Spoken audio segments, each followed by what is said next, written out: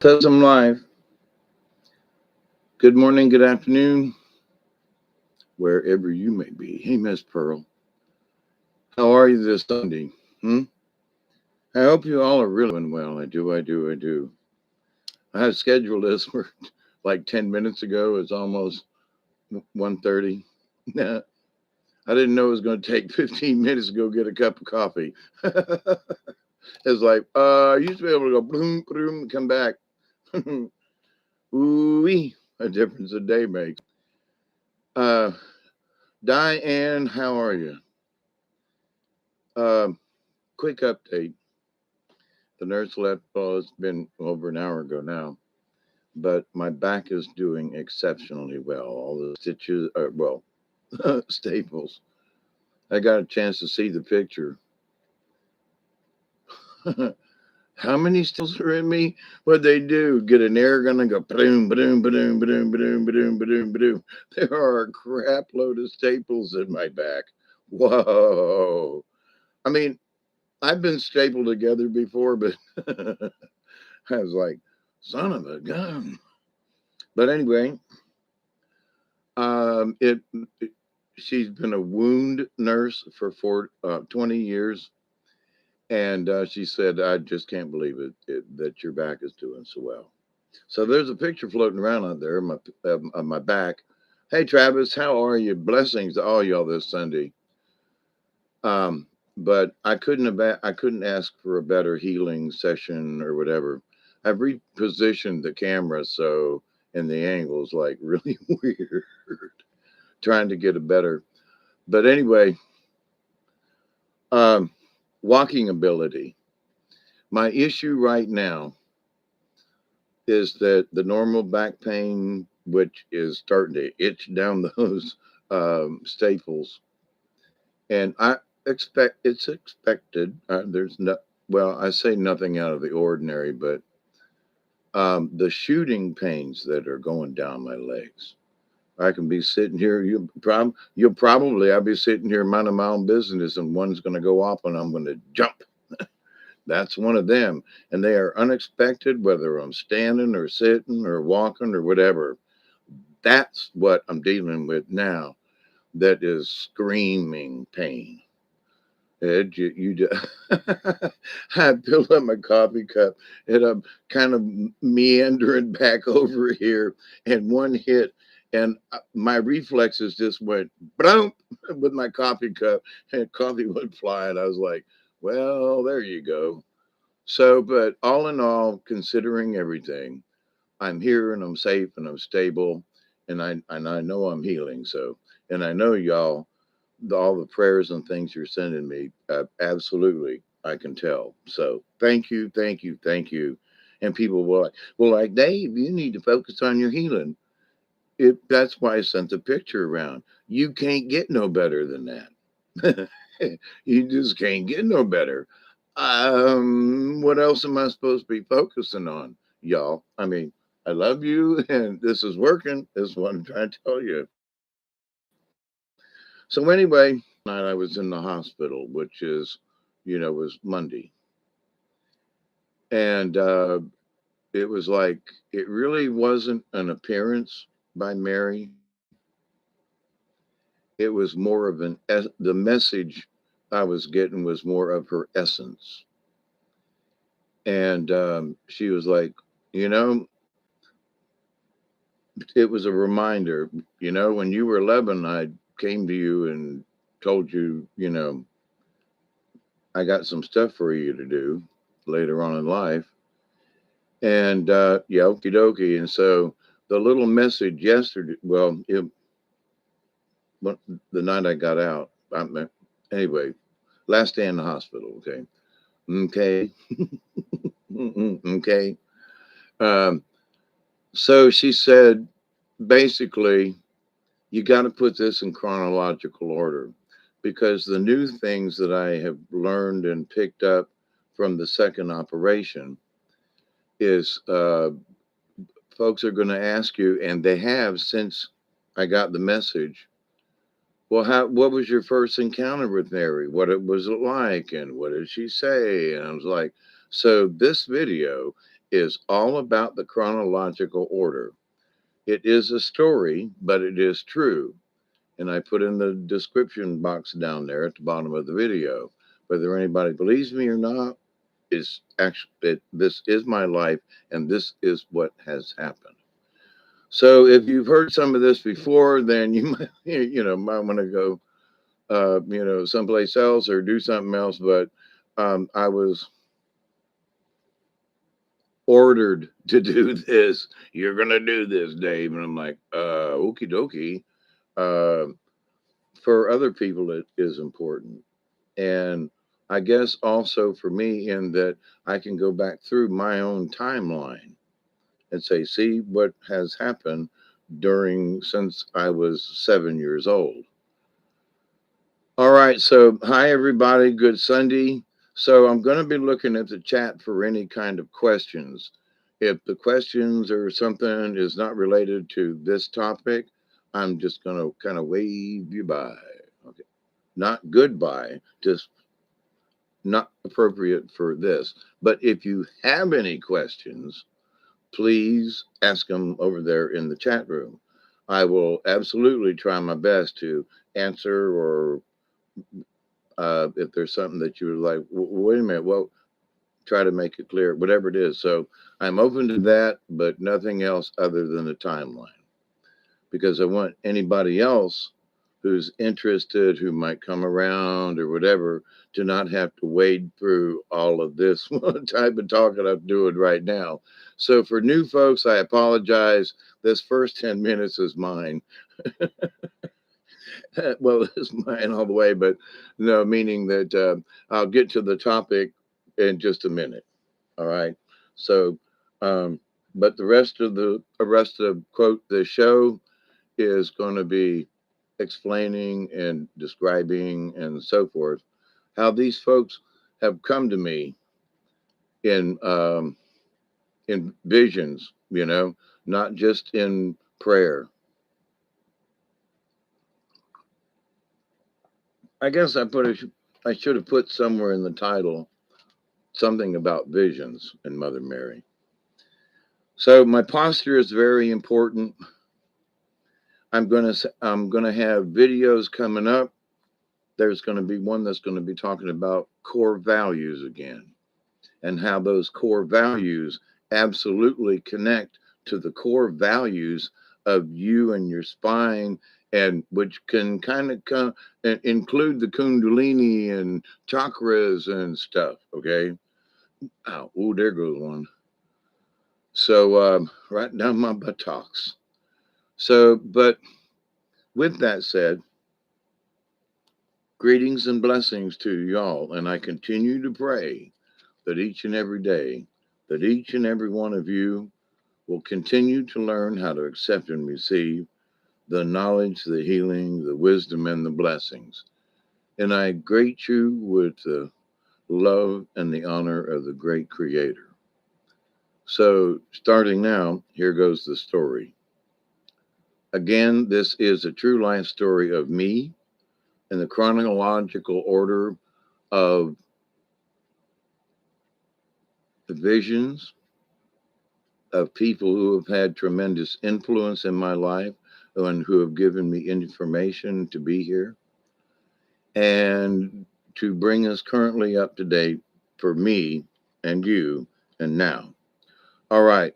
So I'm a child of the 60s and 70s, but I was born in September 1952, and I was in I was born out of wedlock, but not out of love. Okay. My mother was 16 years old in 52, and she has since passed a couple of years ago. But, and so when I was born, I was not allowed to be in the neighborhood. She was sent to a wayward mother's thing. The orphanage is still there outside of Cincinnati, and it's actually not too far from the Ohio River. Alex, how are you? God bless y'all. I have received your prayers. Thank you. So As soon as I was born, I was taken away from my mother. So I have lived a lifetime of separation anxiety. It is a very true thing. And not all, I've talked with other, my brother and sister right after me were both adopted. So we've had this conversation about separation, blah, blah, blah, blah, blah, and all that. But so for the first 6 months of my life, I was in, for the first 3 years of my life, I got the numbers wrong. I was in 6 different foster homes in 3 years. Talk about being messed up early childhood. When my pops, who is actually my uncle, Witch Moon, love you much. Happy Sunday. So adopted at the age of 3.5, got the papers like right there. January 17th in 1956, I think it is. I was adopted by my uncle. And so all I did was cry.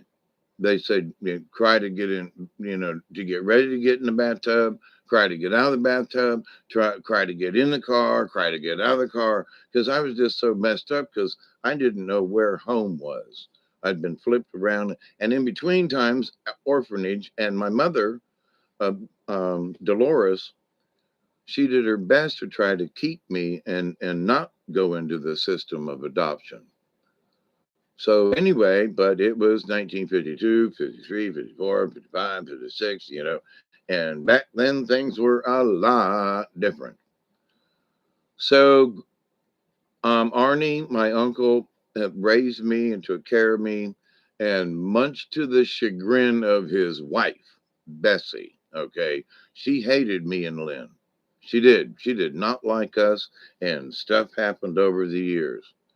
So now I can kind of a lot of stuff in there and moving and things up in Ohio and trying to. So, but anyway, I'm gonna skip all of that because I'm gonna stick with the spiritual part of this. So, all in all, and this and that, we ended up. Now the family hated my pops, my uncle, for adopting me, and then he adopted my sister from the same mother, from Dolores.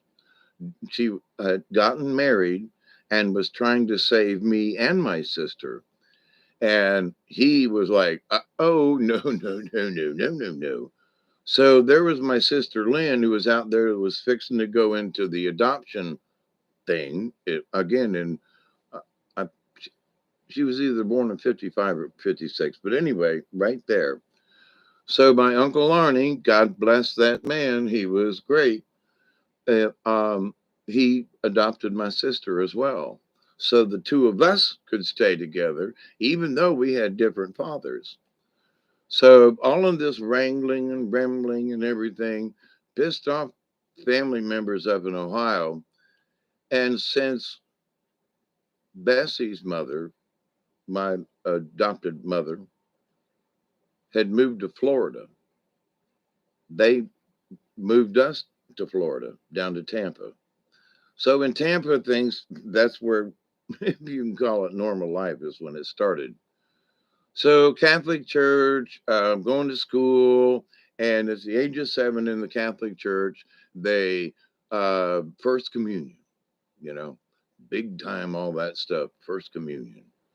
So I'm all dressed up, and somewhere I have a picture upstairs, which maybe after this surgery I'll be able to get to, is a picture of all of us little first graders, boys and girls in our white little uniforms and everything to go get the Eucharist and to eat the body of Jesus. Let's all munch on Jesus today. So I'm sorry, I'm probably going to be a little rude about some of this stuff, but hey, anyway, so I'm kneeling down. I'm about 3 pews back from the end of the pews and the distance between there and the altar. Beautiful old Anglican church. Oh my God. It was so beautiful. It looked like one of the cathedrals from over in Europe. And they tore it down. But later on, that's another story. But anyway, so kneeling down and looking, and there's a statue of Mother Mary. Mary was, as far as the Catholic churches I've been in, quite a few over the years, Mary was always on the right as far as the audience is concerned. And St. Joseph was always on the left. And the cross and whatever was in the middle. So I was always on the right side of the church because who I was praying to was Mother Mary. So I'm 7 years old. All of the first communion is going on. And I'm looking at the statue of Mother Mary, and there's this aura around the statue. It's like this wide, and just so for me, it glowed. And I'm looking around the church, and like, I'm seven, I'm like, whatever it was, 7 years, I guess I was 7 years old. Ding. But anyway, so looking around the church, and does anybody else, do you see that over there? And I was looking at all the other statues, which were numerous in that little church, and none of the others glowed. So I'm like, I didn't know what WTF meant back then, but it was one of those moments. So, but here I am looking around and everything, and my mother is like 2 rows behind me. Well, she wasn't my mother, Bessie. Reached over a child and smacked me in the back of the head to shut up and quit looking around because she was embarrassed because of my behavior. All right, so let's skip forward a while. But so that was my first encounter, if you will, with the statues and the glowing thingy, right? Around the statues. But it was never another statue. For me, it was always Mother Mary. And beautiful statues, don't know what they were made out of. I wanted to go up and tap on them. And of course, that's not allowed. So I became an altar boy. And so from the age of 7 until I graduated high school and left the church too, which is Sister Helene, which is the next person in line. All right, in this story. But so filling in grade school. Yeah, well, it was a crappy. Never mind. So in grade school, Most Holy Redeemer, we've got a church right behind that was built brand new right behind the school. There's a statue. So I'm just a kid growing up, but things are happening at home. I didn't know that Bessie hated me and my sister's guts and other stuff. So, but we're trying to get along and growing up. A lot of stuff in between there. But at the age of 11, or I might have been 12, but it was right there. And just down the house, a block and a half, maybe 2 blocks, city blocks from the house. Back then, a lot of woods around us, and now you can't see a patch of dirt hardly anymore down there. It could have been worse, but it's not. But anyway, there was a little depression in this field right beside 22nd Street. I mean, right on 22nd Street. And if it rained a little bit, if the water would collect in there. And there were, back then, it was so wild and woolly that ducks would flock in there, 2 or 3 of them, and float around, and when the water would dry up and they'd move on. So, but we called it our little duck pond in our neighborhood. And so I was down there trying to get away from guess who? Bessie, being mean and aggravating. And I'm, you know, for me, I was a troubled child and I did not know why. But after all these years, I realized that my troubled childhood was the result of the separation anxiety that I suffered right at birth. Boom, took me away from mama. Where the hell is she? What happened? And so lots of folks get adopted every day. And for parents of adopted children, you should be aware they don't know what this is inside them.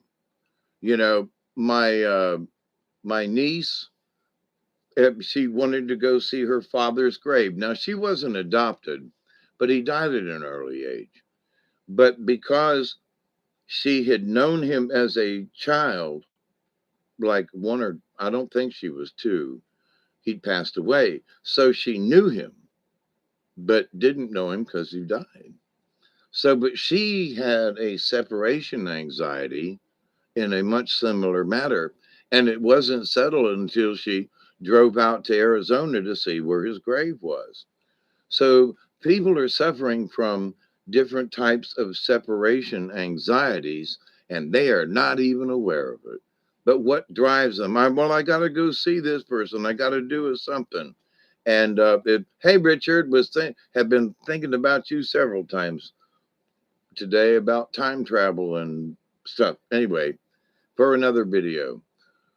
So here I am, 11 years, and just this little bit of clearing and some broom sedge that grows about chest high, waist high. And because I'm sitting down and I'm only I'm only 11 years old and not as tall as I am now, you couldn't see my head. So the grass was just over my head. So I'm sitting there looking in the circle and I'm praying because I don't know. I don't really even understand what prayer is at the time.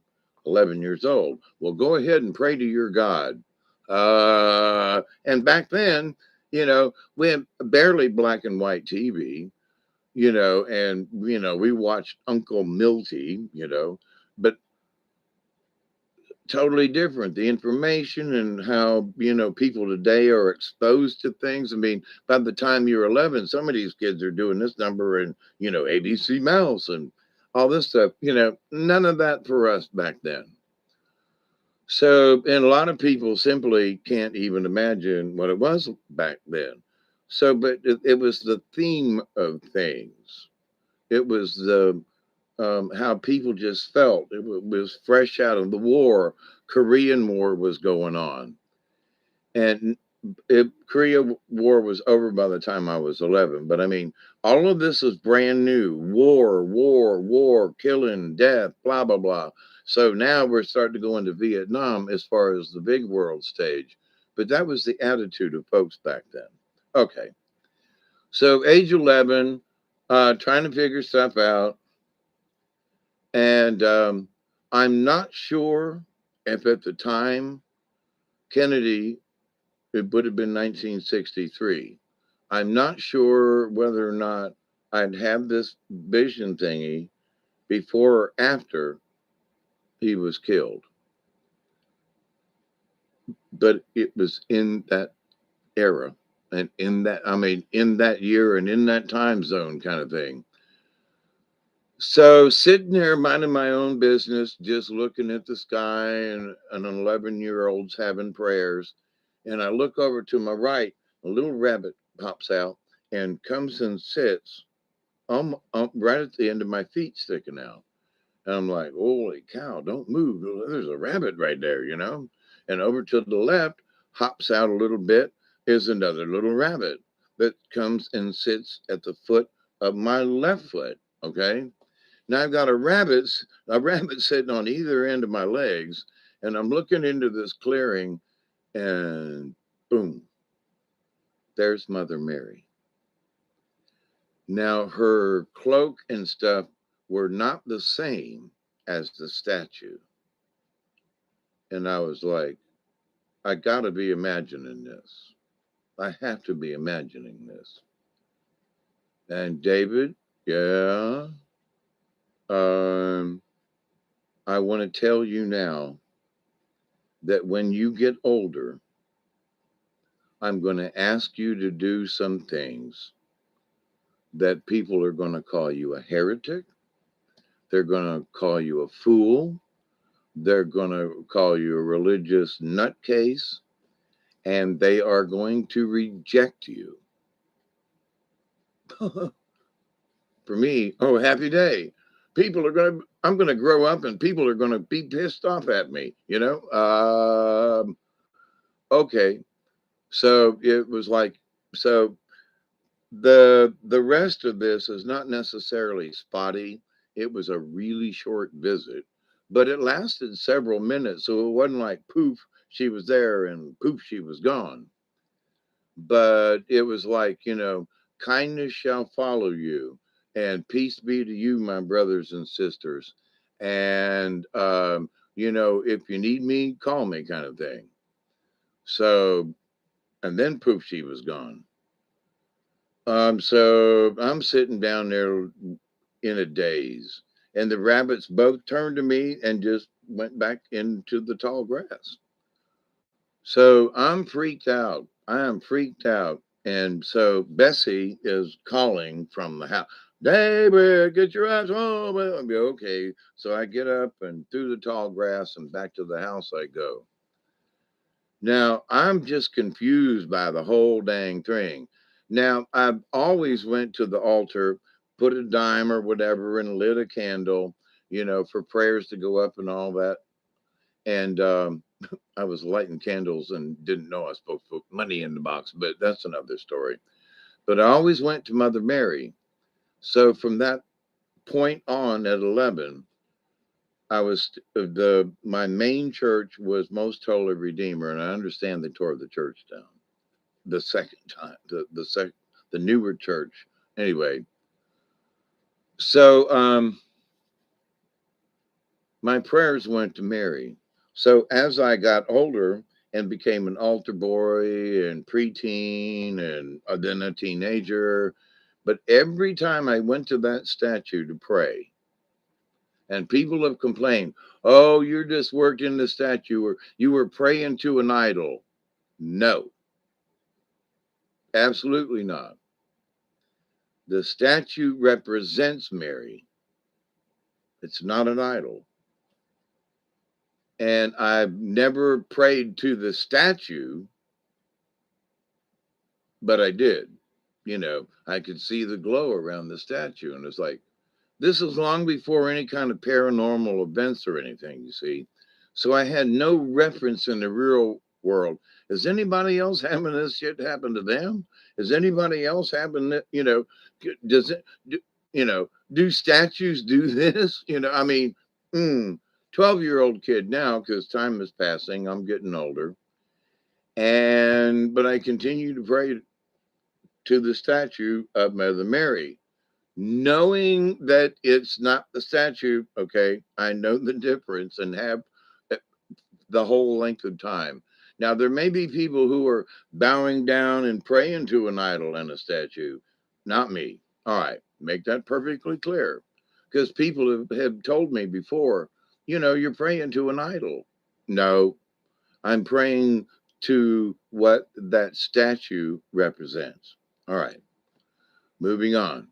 So during that time, which was really kind of foggy, a lot of emotions on my part, Bessie, comma, adopted mother. I didn't adopt her, but and she didn't like. She still didn't. Well, she's dead, but I think she still don't like me and my sister, even from the afterlife. That's her problem. But anyway, so with all the things said and done through the time of my uh, uh, um, um, graduation at Tampa Catholic, which leads into Sister Helene. She's coming up here in a second. So I'm going to put my glasses on. And before I move into section, I guess part two of the, Mother Mary and where I got to that point, and now where Sister Helene picks up. Max Fisher and John always doing a live stream. Oh, is he doing a live stream now? You've been having some crazy dreams this last week, Richard. You're in the UK, right? Long distance calls are hard, but we should do I would love to talk with you. The goddess came to me in a dream, and I asked to see my mother. She died over 25 years ago. She pointed to a statue of my mother, like a Roman style. I said, "Why is she like this?"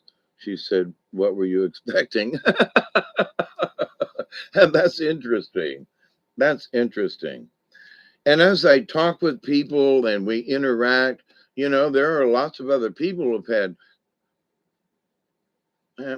maybe similar isn't the right word, but that they have had some type of experience. Okay. And that's sort of why I'm doing this in a timeline. And I honestly, believe me or not, this is what's happened to me. So ain't gonna argue whether or not you think I'm praying to a statue or not. I really don't care because I know what I did and how it worked out. So sort of part two. It took me, let's see, 20 minutes to get here. That's not bad. And I covered a bunch of years. Now I'm a teenager. I'm still praying because Most Holy Redeemer was my church. I'm now a full fledged altar boy, and now the church has turned to face the audience. And now not only am I an altar boy, but I am a commentator, is what they called us back in the day. So they split it up. So early in the Mass, they read some scripture. And so the priest doesn't read it, the commentator does. So I became the commentator to read the scripture during Mass. Well, as an altar boy, I'd go to 6:30 Mass and be the altar boy, and then another one wouldn't show up, or the commentator wouldn't show up. And so there are plenty of Sundays where I was an altar boy and or the commentator. I'm 13 years old, and people are like, "Man, what a voice! I could read better than most people out loud at 13." So that's how I became, I mean, reading in public and audiences. I started my gig in the Catholic Church reading the Gospels. So folks are like, well, what experience have you had? A lot, you know. Do I know the Bible in and out? No, but I've read it a bunch of times out loud to a church congregation over the period of several years before I graduated high school. So now I'm in high school, graduated in 70. My final year of high school, we were able to take electives. So my two electives, other than Spanish two and Latin two, and which I failed both miserably, foreign languages are not my thing. So I took humanities class, and we studied one part of the year. We studied music of all times, classical. I've talked about this in other videos, but we also, went to art Ringling Brothers Museum with all the paintings there. And then we studied other things in the combination of the two in our humanities class that final year of mine in high school. And it was great. Oh my God. Sister Julie was wonderful. But can't draw a house. Boy, the hmm. I figured Sunday afternoon would kind of be kind of calm, but anyway. Um, so I'm getting weird stuff on my end if y'all are having issues with the stream hiccuping. So I'm 16 years old, going on 17, final year of high school. And Sister Helene is my drafting instructor. Now, she's kind of short considering the rest of the nuns. And she's got this look about her. Dominican nun, all the other nuns have changed to the new habits because the church was going through this transition. She's still wearing her long habit and her original uh, her original Dominican nun costume. All right, she was very traditional in that thing. She told me I was wait. I really am concerned and love to hear your comments. She told me it was her, my mother, but the spirit of a person is different and must reform. So seeing and having her back and talking is totally different to ask. Yeah. Something was very, very different in that dream. Okay. I'm going to toss this out. You know, there are a lot of entities out there. I talked about whack-a-mole the other day. There are a lot of entities out there that want to, you know, ooh, look, I can imitate that person over there. And I'm going to do another video later on how to talk to your guides and how to make sure, you know, that the information that they're given, you know, is correct. So anyway, back to Sister Helene. So she's always, you know, just walking around. She didn't smile much and just did her thing, you know. And everybody's like, man, Sister Helene, she's just mean. None. And because, you know, if she was saw something that displeased her, her face went into a what you talking about, boy? Let me pull off my slipper and slap you kind of thing. So I went through my last year of high school. She's my instructor, and she absolutely did pick on me because she told me later. But she also told me later you were the only one of two of my drafting classes that had any talent. And I was like, what? She goes, I was pushing you because you were the only one that were going to make any good with the class that I was teaching. And but she didn't know that I was going through a lot of stuff that senior year. And she told me later on, she goes, if I had known that, I would have treated you absolutely totally different. So now graduation comes. Um, got drunk and forgot where I lived. And as I'm graduated high school, a lot of folks had a plan. Dave didn't have a clue. Okay, literally, not a clue. Now what do I do? So for the first 2 weeks of out of high school, trying to get my feet on the ground, shouldn't every person who graduates high school have like a 2 week vacation before they try to start real life? You know, well, not so with Bessie, my adopted mother. She was a pain in the poo poo. I'm telling you. Get a job. The next day, get a job. You go, you know, I'm like, okay, I don't even know what I can do, let alone go get a job.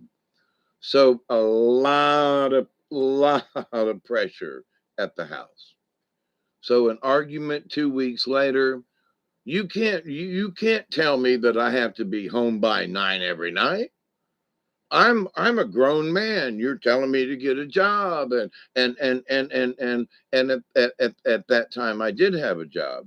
I'd gotten a job through a friend of ours working for an air conditioning refrigeration company. So get out. I left the house, stormed off in that teenager fashion, and wandered around a a bit to cool down. I come back to the house and the door's locked, and I'm like, "Let me in." I'm like, she had locked me out because I had stormed off. And now that I'm a man, well, she was like, I'll teach you, bitch, meaning me. So the next day, I had to I walked somewhere and I slept in a cardboard box behind the building where I was working. So I would be there in the morning when I heard the truck pull up and I could get up, jump up out like a jack in the box. Here I'm home. Here I am, you know, ready for work.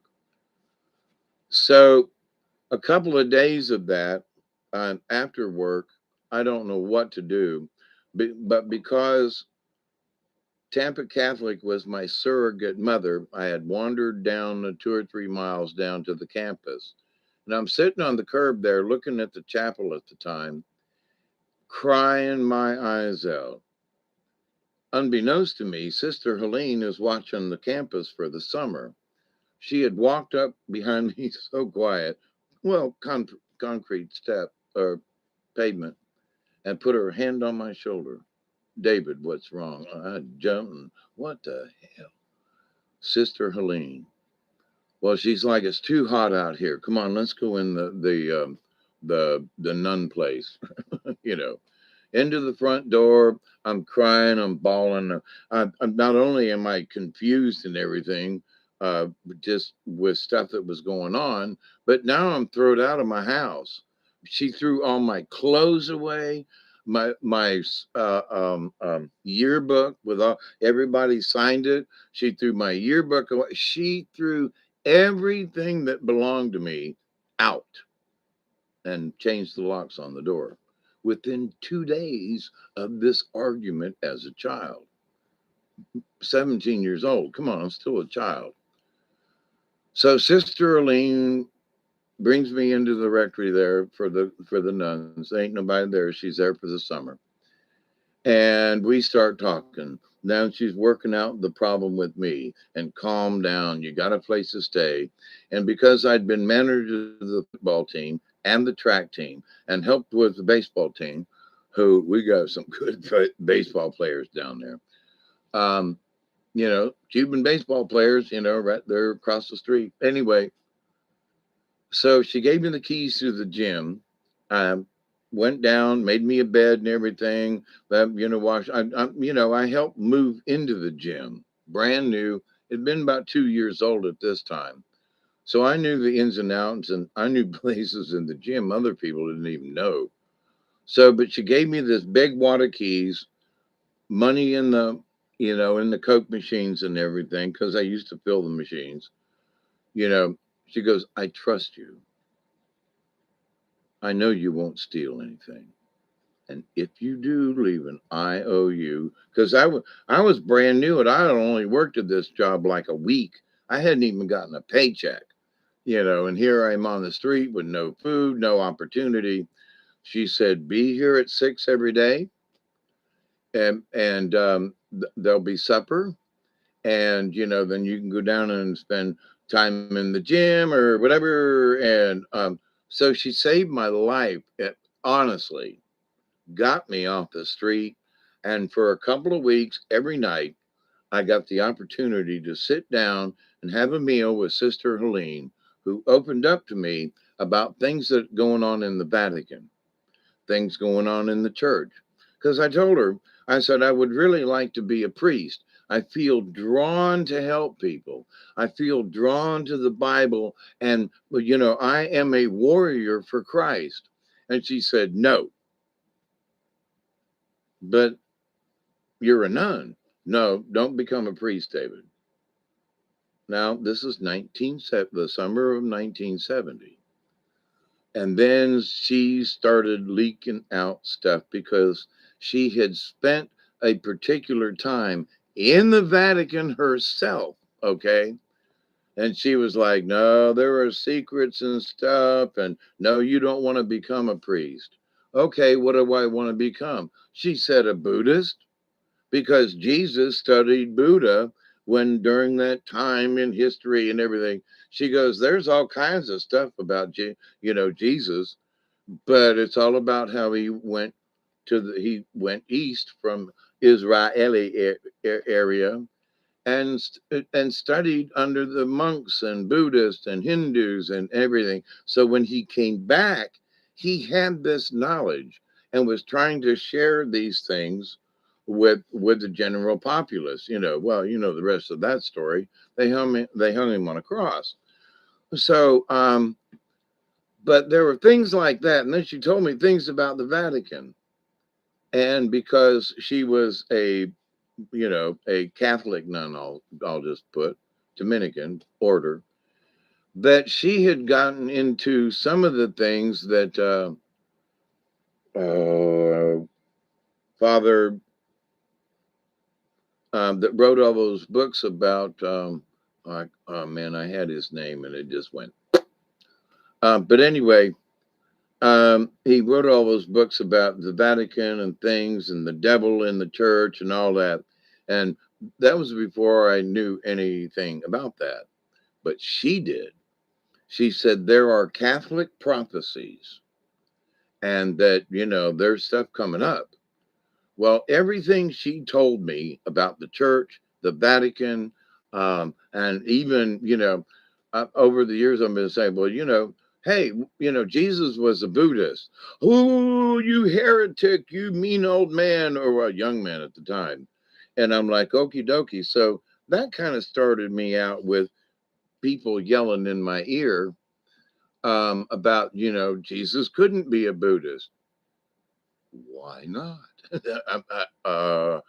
And then, because I knew through Sister Helene, who would not lie to me, that yes, I was true. Now it's come out that he probably did go over and study Buddhism, and that's probably where he went because he was traveling and studying and learning. So now we're going to move forward from Sister Helene because I moved to Georgia and she got transferred to somebody else. But this is one of the important things that I have never forgotten about Sister Helene. I asked her point blank, I said, "Why are you still a nun? If all of this is true," and then I found out later on through, doing my rabbit hole studying, that some of these nuns in the convents and so forth were totally and horribly abused by, priests and so forth. And just so, but she said, "I made my vows and promised to God, not to the church." So the church for her was just a vehicle to be able to teach folk. And she was, what would I do? She said, "I would still be a teacher." So I have no idea how old she was. Her little poochy face and the little roundy oval thingy was just, hard to tell. And she did go to a shorter skirt thingy down to her knees, but she wasn't just a little bit of an influence in my life. She literally saved me from the street. She saved my brain from trying to go to become a priest. She saved me in that she gave me information for later dates that helped me to understand myself, relationship to spirit, church, and stuff. A saint, in my opinion. And other people knew that side of Sister Helene as well. And they all agreed that, not many people knew that side of her, but we all agreed she was a saint. She never got canonized, but, and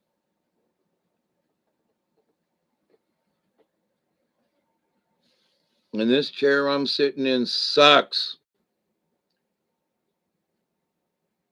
There goes the pain. So now we're going to fast forward, if you will, a time. We're going to do a time jump here, Richard. Wait, what do you got to say here? It's 48 minutes in. Now, let me ask you, am I jumping around a lot or am I sticking to the story? Because I do not want to go rambling off somewhere. There are small like million sweets. Let's wait.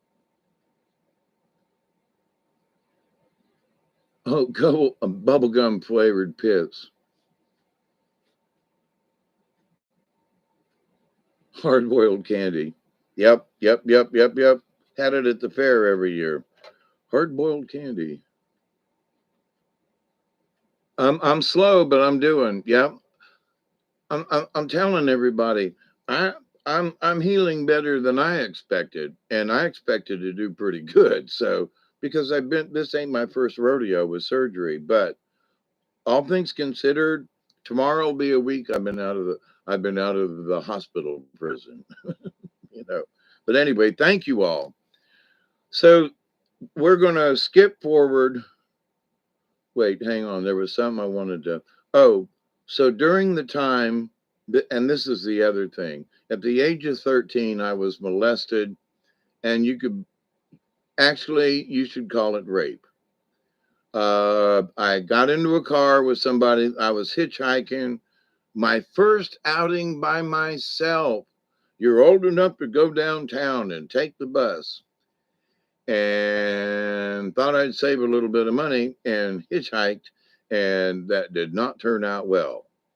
So, also, I never told Sister Helene, but some of the priests at Most Holy Redeemer, um, Father Eugene McCarthy, that son of a bitch, he got a bunch of boys over the years.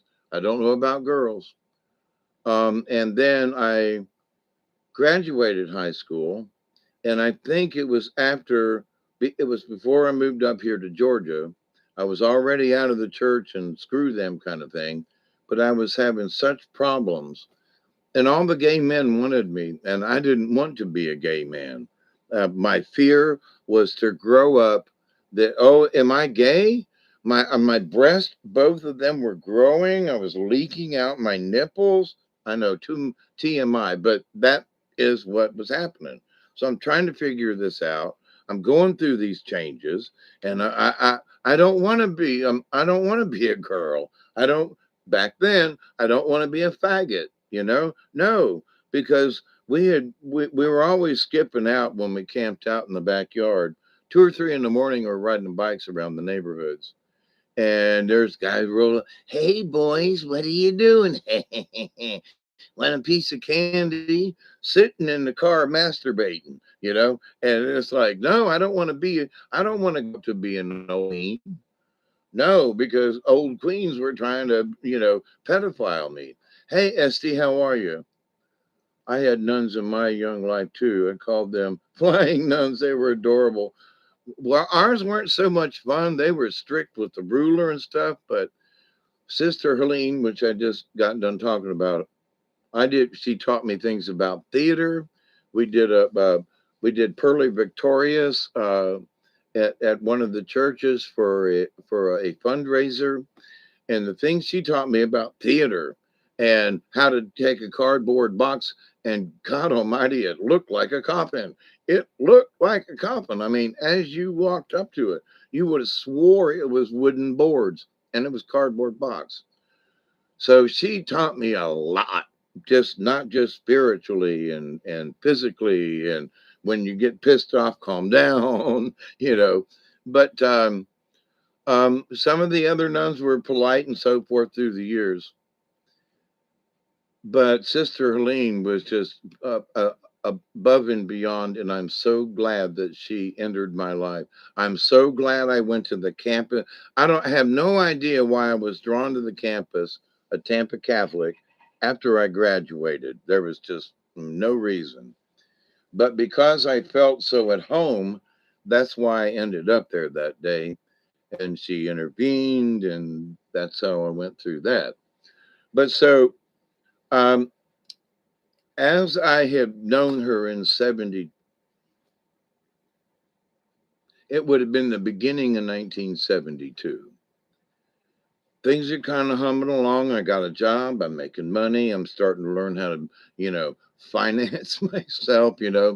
I'm living with some folks. They needed a roommate. So, a nice apartment complex, um, just half a mile out of the city limits there in Tampa, Fowler Avenue and 30th Street, um, kind of thing. But so anyway, I'm being introduced to, the older crowd.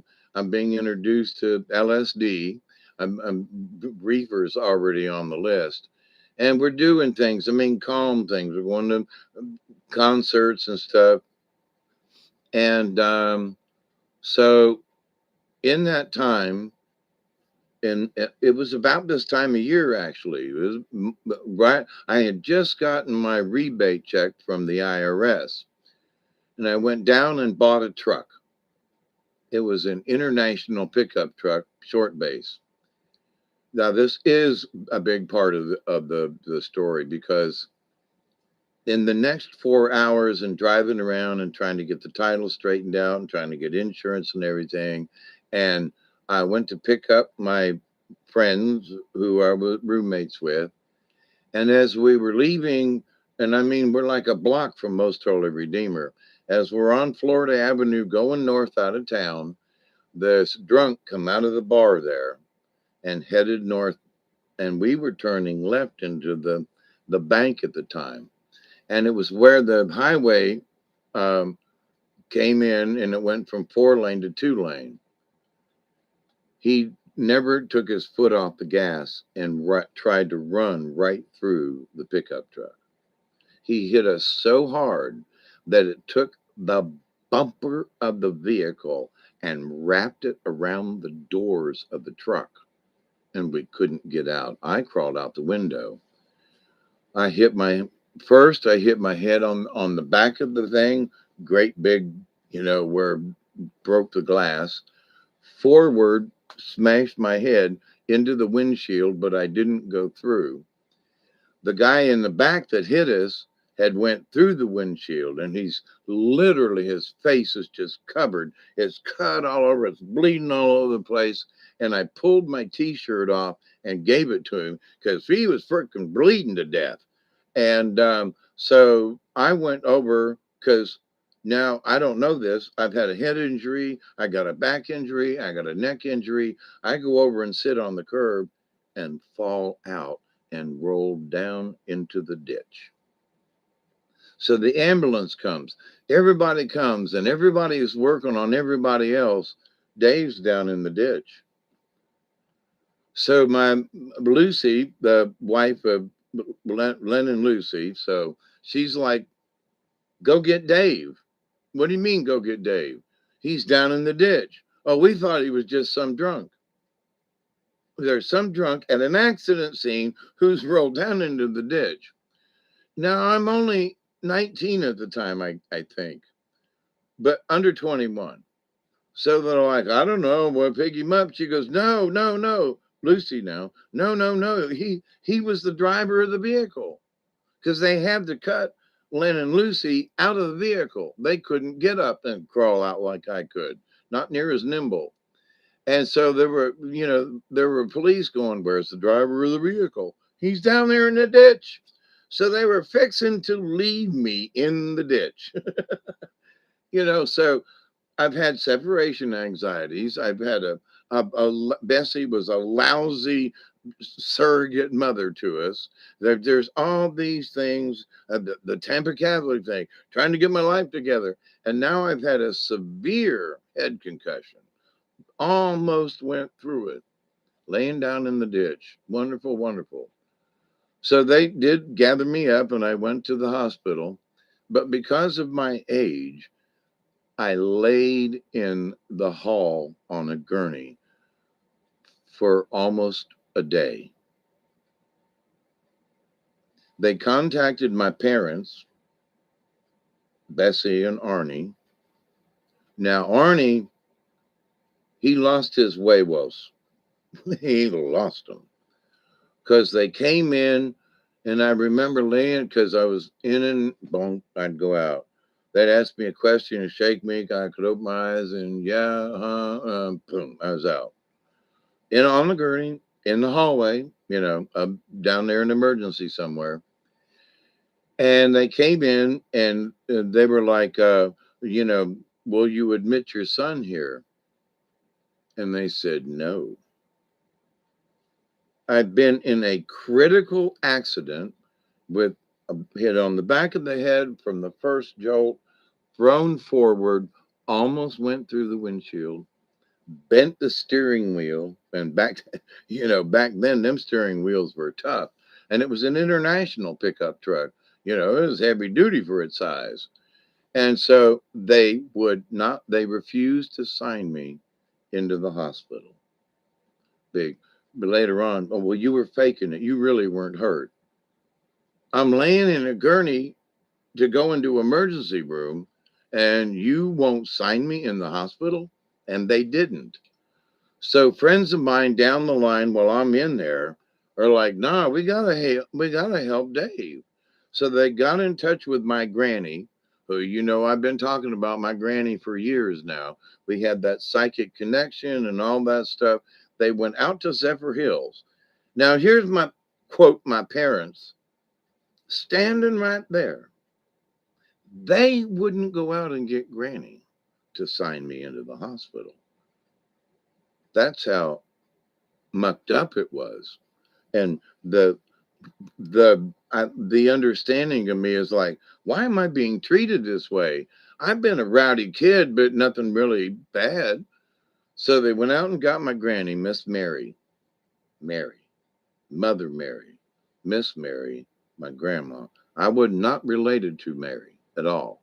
It was my adopted mother's mother, but she was better than blood relationship. taught me patience, taught me understanding. And over the many years, uh, I was homeless and had just gotten out of a small stint in jail in Moultrie, in Tampa. And she let me and my first wife stay there and sleep on the floor in the living room so we could get our stuff arranged. And later on in life, there was more, and I grew up and I became I became a better person. And Granny and I just got closer together. I was there with her a couple of days before she passed away and watched her transition into heaven. So, and she should be on the list of people who have helped me, but I didn't have any visions of Granny. But we absolutely had a connection. She'd be calling me, and I'd pick up the phone and go, "Hi, Grandma," before it ever rang. It was creepy, freaky, and a lot of fun. But we had that kind of connection. So, for those of you out there, how do you know? How do you understand? How do you hear something? It's an intuition, it's a feeling that you get. But when you find someone that you can work with back and forth, anything's possible. So, next in line, I'm up here in Georgia, and I've learned how to eat toadstools from cow manure. And life became different. I started seeing things in a different light. Early on, because I had messed with demonology and magic and stuff while I was in Tampa. Oh, going back to that before I moved too far forward, one of the friends and one of the professors at the time at the University of South Florida now in Tampa. This was back in 70, end of 71, 72 in that time frame. And so now I get the hiccups again. Oh, we just passed the 20. Ooh, ooh, ooh. And I got something for here. But anyway, smoke if you got them. Um,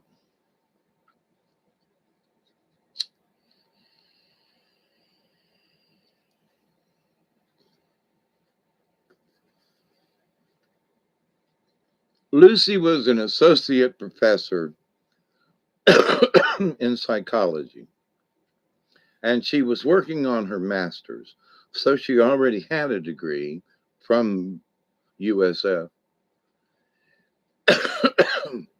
Her husband was in finance, and he had a degree in whatever that was at the time. And me, I was just a common laborer, truck driver.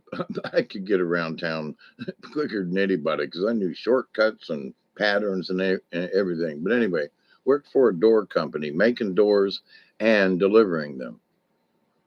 So that's just the setup. So everything was going groovy until the accident.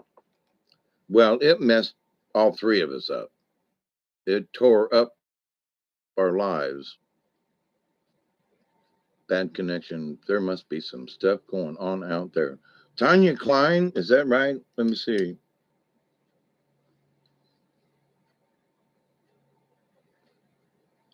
Taverner's Wine Gums there. Thank you, Tanya. Tanya, this video, I'm trying to stay on topic. So, but I am looking at the chat every once in a while, see how everybody's doing. So, greetings and blessings to you. And thanks for showing up. So, but anyway, so up here, now I'm taking mushrooms. And it's early on that I've moved up here. So there was a part of me that was still doing research on witches and witchcraft and demonology. And before I left Tampa, there was one of the professors that had just moved into the area that was going to be the professor for a class on demonology. So while we were in Len and Lucy's apartment, and we're sitting there smoking a joint, having a glass of wine. We got steaks on the grill and taters in the oven, just having a good time. And he was like, "Watch this, y'all." And the subject, and he did this little magic thing, and there appeared this yellow, orangish, more yellow than orangish, but that tint to it, ball appeared in the air. And as he waved his hand, the ball went this way and up and down. And then it just descended and landed pretty much in the middle of the floor from where we were all sitting. And then poof, it was gone. And I was like, what the? And so Len and Lucy had two cats who were Linus and Lucy. So anyway, um, cantankerous. Oh my God! If Linus was if you had made Linus mad, he would literally crawl up on the bed at night and piss in your face. This cat was. But anyway, so and the cats would never ever cross that spot in the middle of the floor. From that point, that we had to move. We moved to a different apartment. It was nicer, second story, but we had to move. Um, and looking back on it, I don't know if there was like an entity that stayed in the apartment after we left, but it sure was creepy. But let me tell you about that part. It sure was creepy. So, and we would play and say, "Watch this." Somebody'd come over and we'd pick up Linus or Lucy and toss them out in the middle of the floor. In midair, they would twist and turn and do these things to not land on that spot. So something happened. Was it our imaginations? Well, the proof to us was that the cats don't like that spot where that thing disappeared. Okay, moving on. So I'd had this experience and now I'm in South Georgia. I'm still curious about this. Now, the reason why I'm curious about witches and demons and that kind of thing is that I've been to church. I was an altar boy. I did all these Catholic things to about God. But what I didn't have was proof that God existed. So in my mind, okay, you're down on the altar boy, you eat the body, blah, be a thing, blah, blah, blah, okie dokie. But where's God? So there's a lot of proof that the devil existed. A lot of proof that there were demons and evil things running around. So I was like, well, heard about them, didn't see them myself. So I'm in South Georgia. I had purchased books in Tampa before I moved about witchcraft and things. In the library at USF, there were complete volumes of spells and on witchcraft and demonology. And now there's a professor back then who's going to teach it. Like, holy crap, right? So my mind is going, I don't really want a demon. I don't really want to be evil, but I wanted to prove that one or the other existed to me, not somebody else doing or hear a fairy tale. I wanted to see if it was possible for me to conjure a demon because all of this is just bullshit. Re- Christianity and religion is bullshit. Okay, so what about this stuff? Is it bullshit too? So I copied down spells from these great big volumes of books in the library at USF. And because I wasn't a student there, now Lucy was an associate professor, but most of these college libraries, they don't care. You can go in and pull a book off the shelf as long as you don't take it out. Not a lot of theft going on kind of thing, but go in, grab a book, read. So in my spare time, which back then it was, and so why not read? I wanted to go to college there, but the funds and all that, and then I ended up coming to Georgia. If I'd have stayed in Florida, I would have enrolled it in USF. But anyway, and several of my friends have and graduated there. But anyway, so moving on, and now I'm in South Georgia, but I have dragged this information with me and some books and stuff. So now I'm going to try this. Been here a few months, got a nice place out in the country, cow patties and cow pastures, literally, when the cow reached his head over the fence, I could lift the window and push through the screen and touch their nose. That's how close to the house they were. So, and about 20 head of herd, 20 head in that herd, roughly. Nice cows, go out and talk, everything, learned about a lot about mushrooms. And so I'm taking in them inadvertently during the process of I'm going to conjure this demon. So I went all the way down through the thing, had everything that was required for it, the circle, the salt, the this or that, everything I had worked on getting everything set, which took me a while to collect. South Georgia, not necessarily the witchcraft capital of the world. So, and for me, it wasn't like I got to do this now, but oh, look, let me get that. Oh, look, let me get this. So it came together the night of the event, if you will. It was kind of sort of a full moonish kind of thing because trying in 72, you had to go somewhere to get the information. You couldn't just type it in, and then if you found information, a lot of times you had to send something off. You had to send money in an envelope to get whatever it was. So anyway, and then it took a day, days and weeks. So we've progressed a lot, but the way it was back then, everything was slow. So it was slow for me to gather these things, but I did. And then I performed the ritual. And I got about 3/4 of the way there.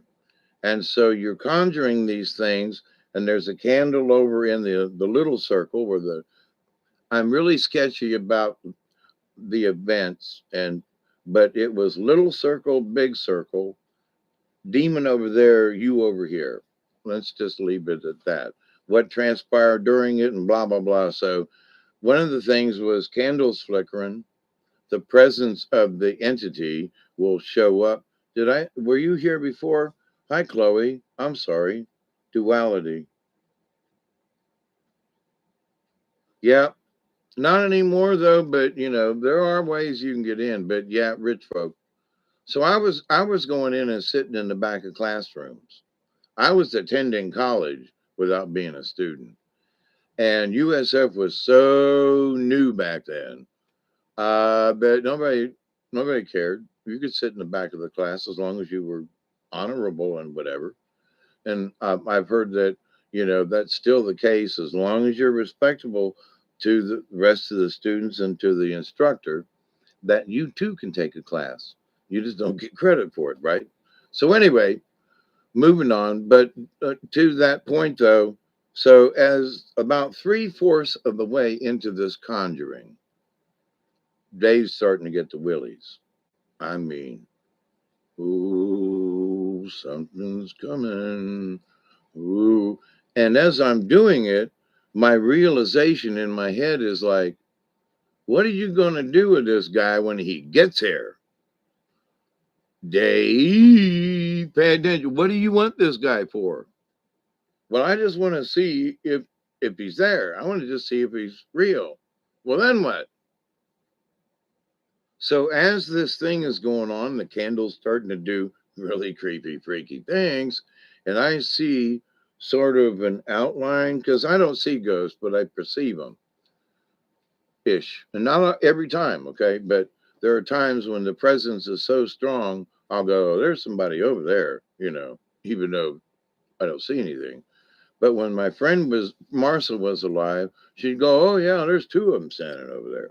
But anyway, so I get this 2/3 of the way in, and I literally chicken out.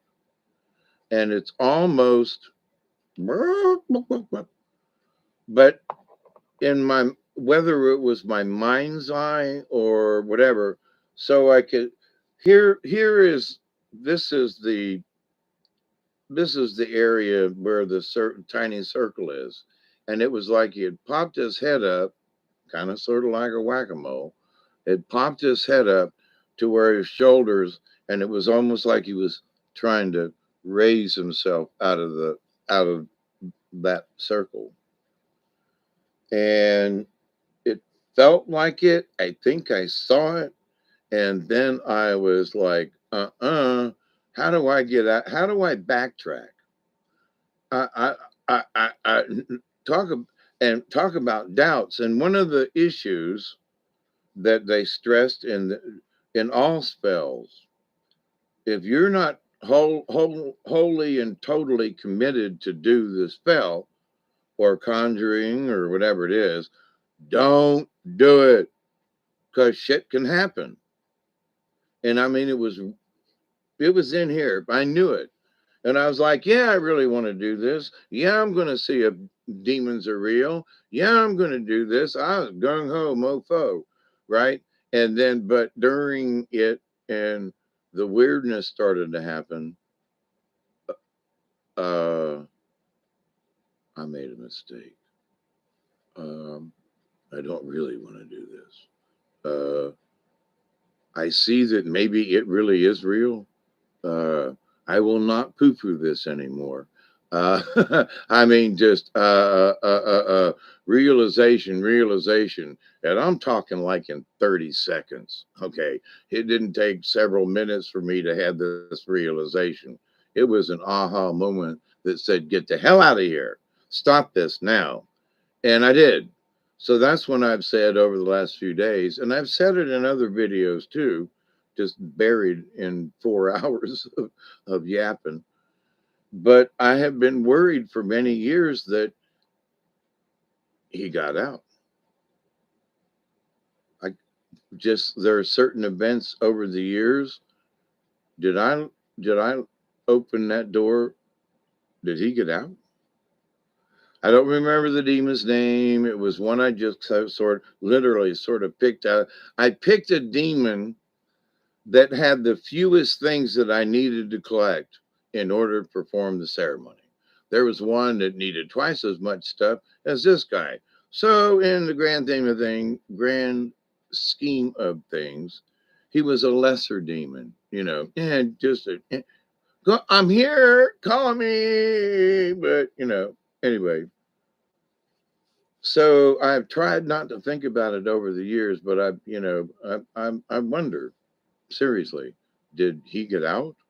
Because I was 2/3 along the way, I'm pushing 3/4 and like, nah, I can't do this. So when I talk about these things to other people, how they want to mess around with witchcraft and this and that and the other thing. I have been in with folks there. We went to Atlanta just before I moved up here. So same time period, and I almost missed this, but it was Atlanta Jam, and me and my buddy um, came up from Tampa, drove to Atlanta, missed Atlanta, drove through Sandy Springs, got to Kennesaw, and realized we had missed Atlanta.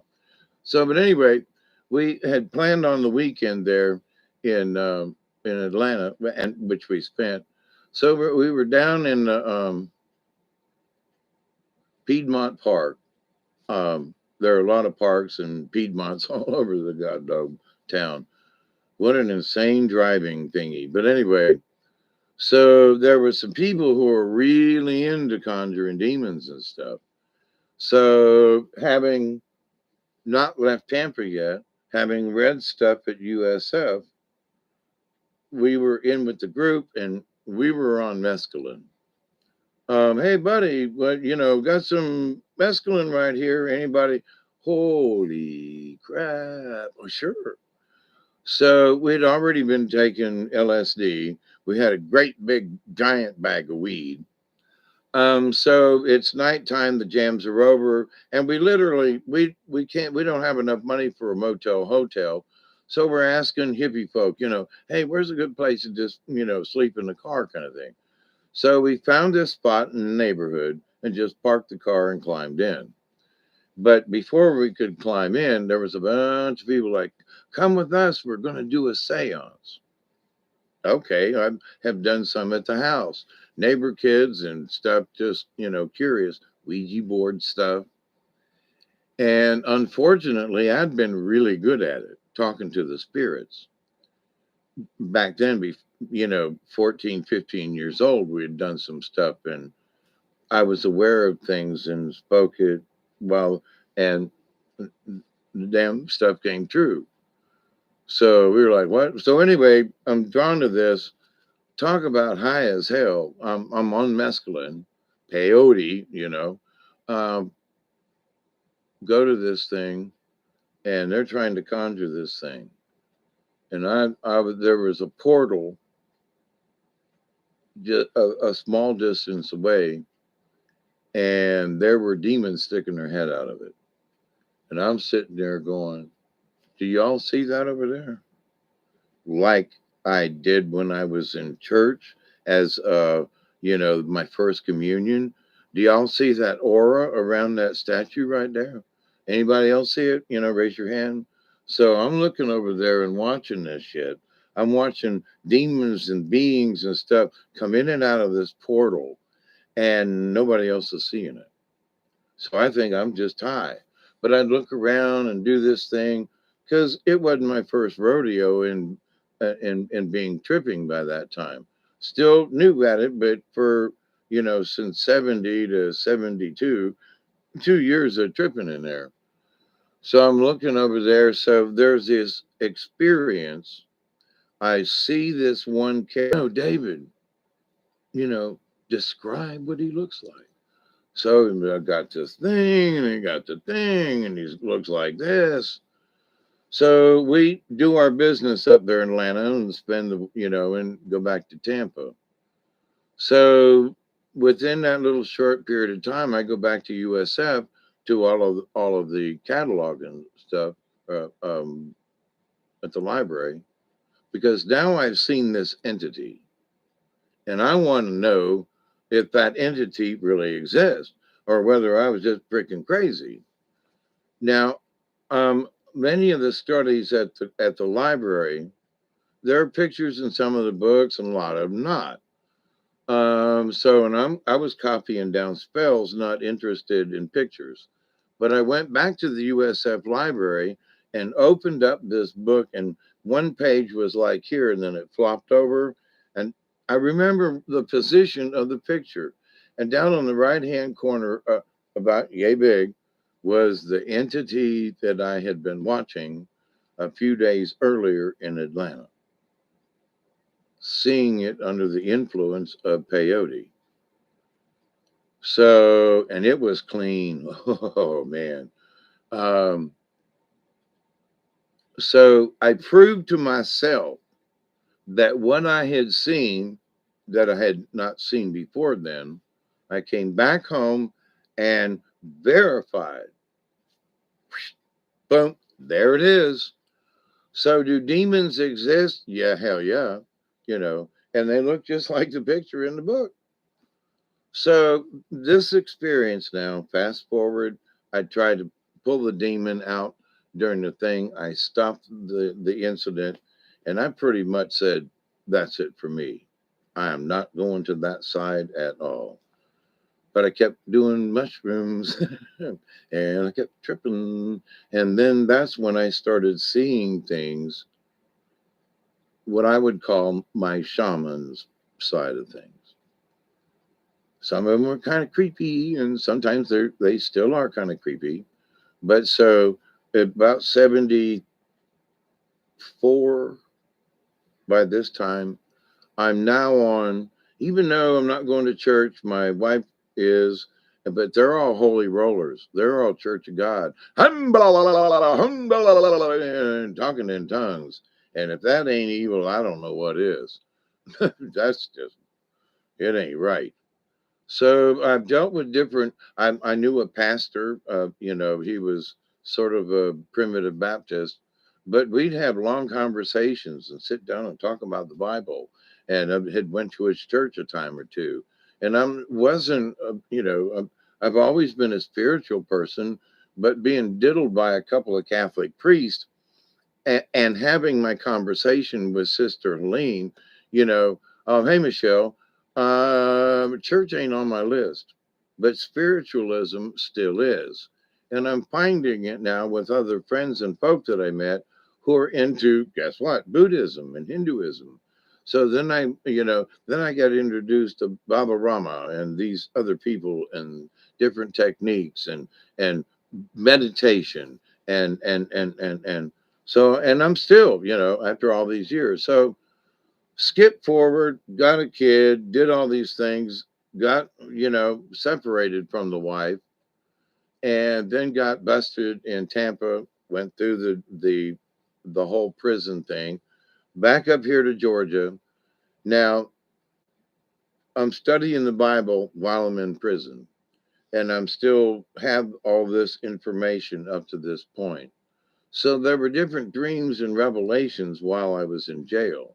Like, you may be in jail, but you're not in prison. You still have your mind. You can still, and that was instilled not necessarily by visions, but more of an essence of Mary, like hang in there, Dave, and just subtle little, here, grab your Bible and read this verse.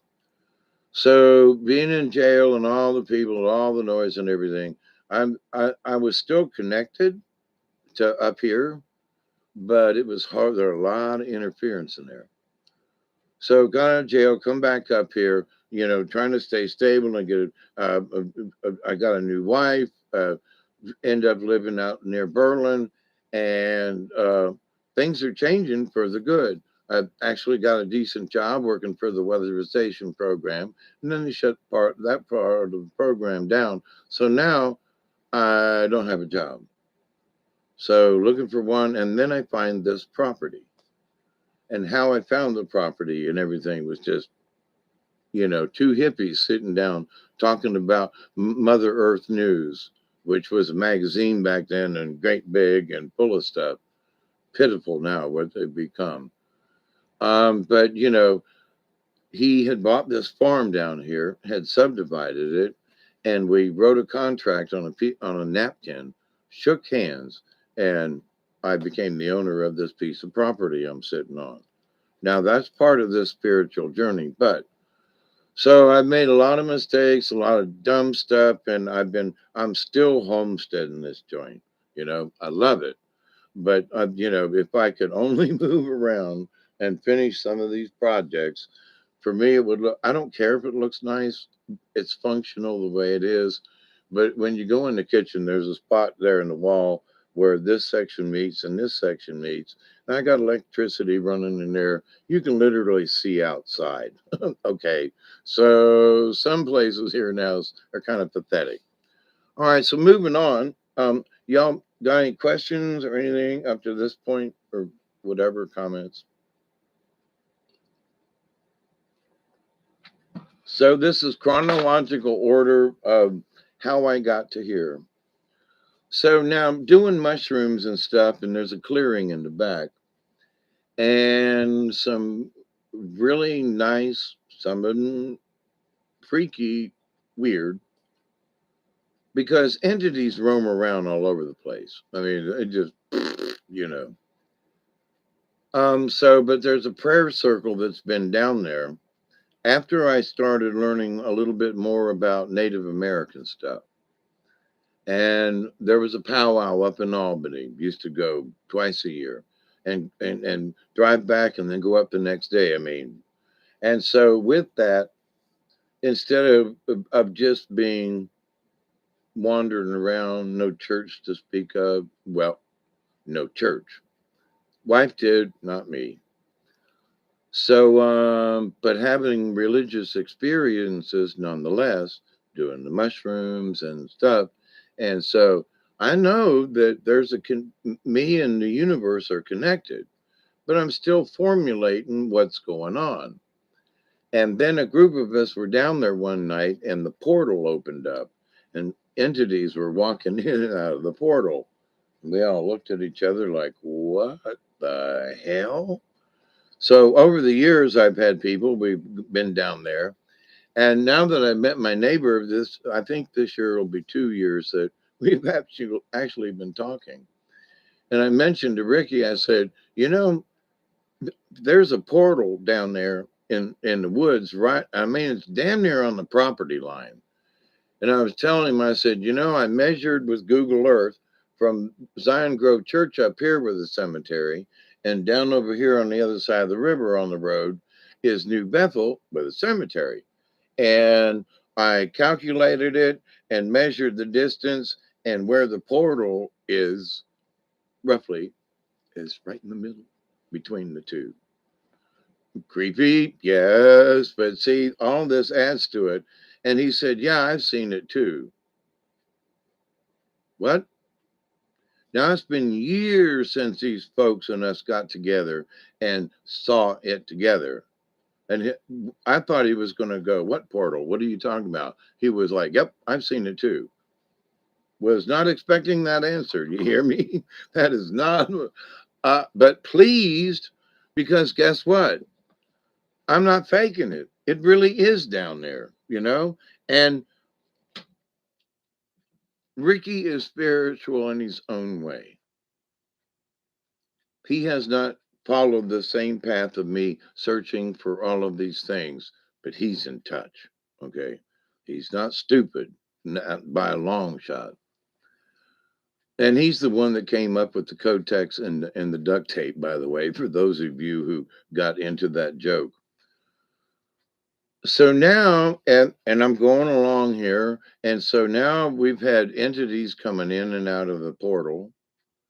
I've had entities not only down there when, how do I put this? When I'm geared up and ready to do it, I'm going to do a ceremony. I'm going to do a something, you know, and prepared with my crystals and sage and all that stuff, right? And then other times I just went down there and built a fire and smoked one, you know. So then, um, as the property changed and I did, I found a spot down on the river that it will flood, but it's really got to flood. And it has. I've been down there before, sitting in a chair at 2 o'clock in the morning, watching the water come up over our feet. We had paddled down there with the kayaks, and you know, just I wanted to see the water's coming up, how far it would come up and flood the camp area. So, you know, we were bored and we got in the kayaks right back here at the house and moseyed on down there in the floodwaters. So you know, there are a lot of dumb things I've done here. Hey Joe, how are you? Oh, and Mossy Man, what's up, brother? So a lot of strange little intermediate things. But 10 years ago, about this time of year, is when I almost drowned on the Ochlockonee River. It's also this anniversary of when I'm trained by an official medicine man down on the river where we have sort of a fish camping spot.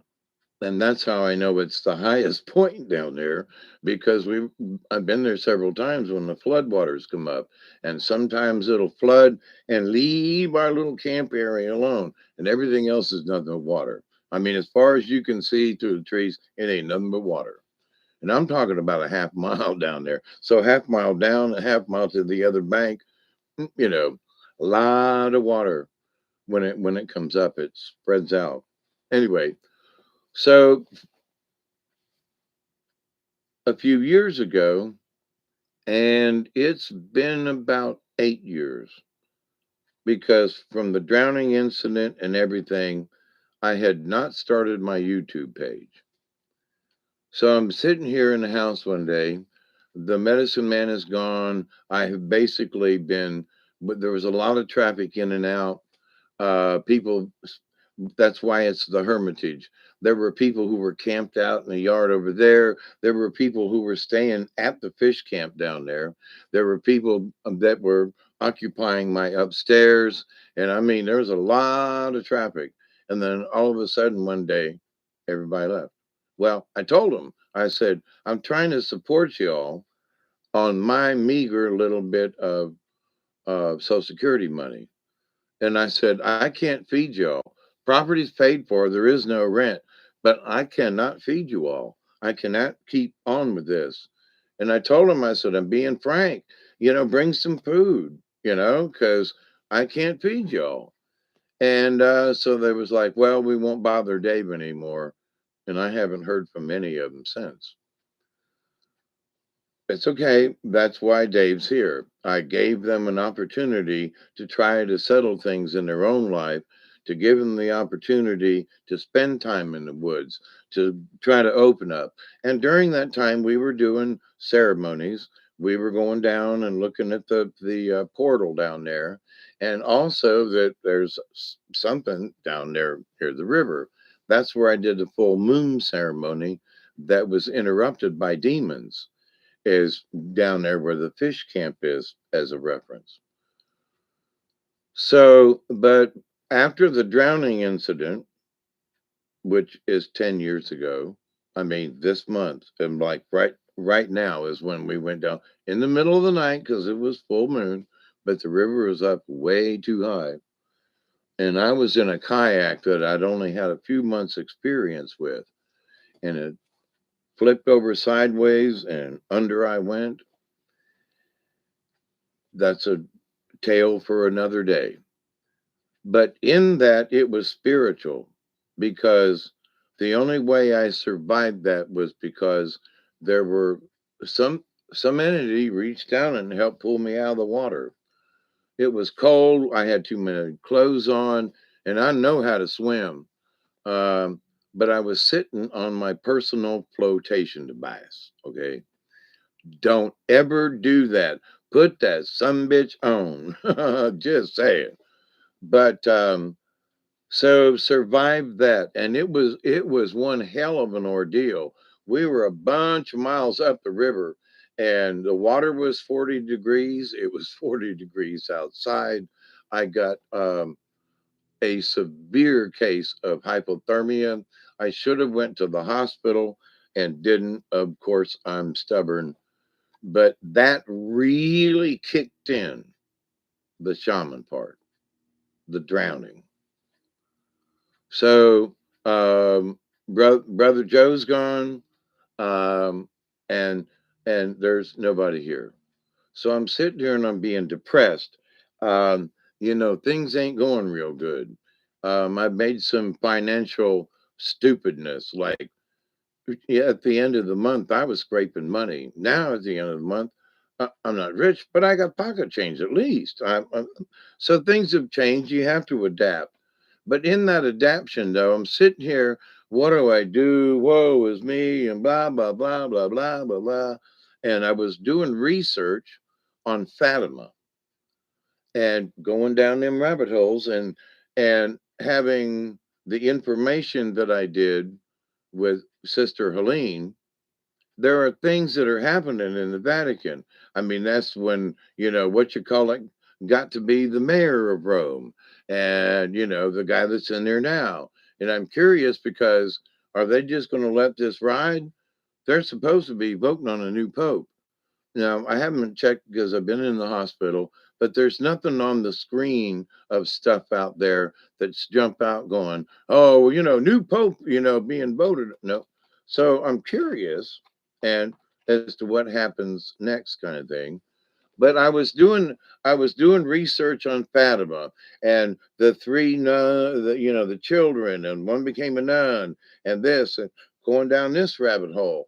And then there are priests who are making videos at that time about what they know about the Vatican and what they know about the third secret of Fatima.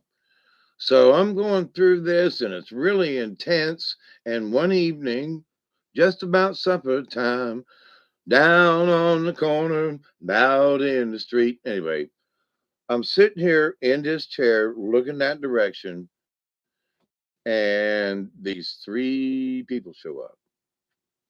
Mother Mary right there next to the window, Sister Helene, white habit all the way down.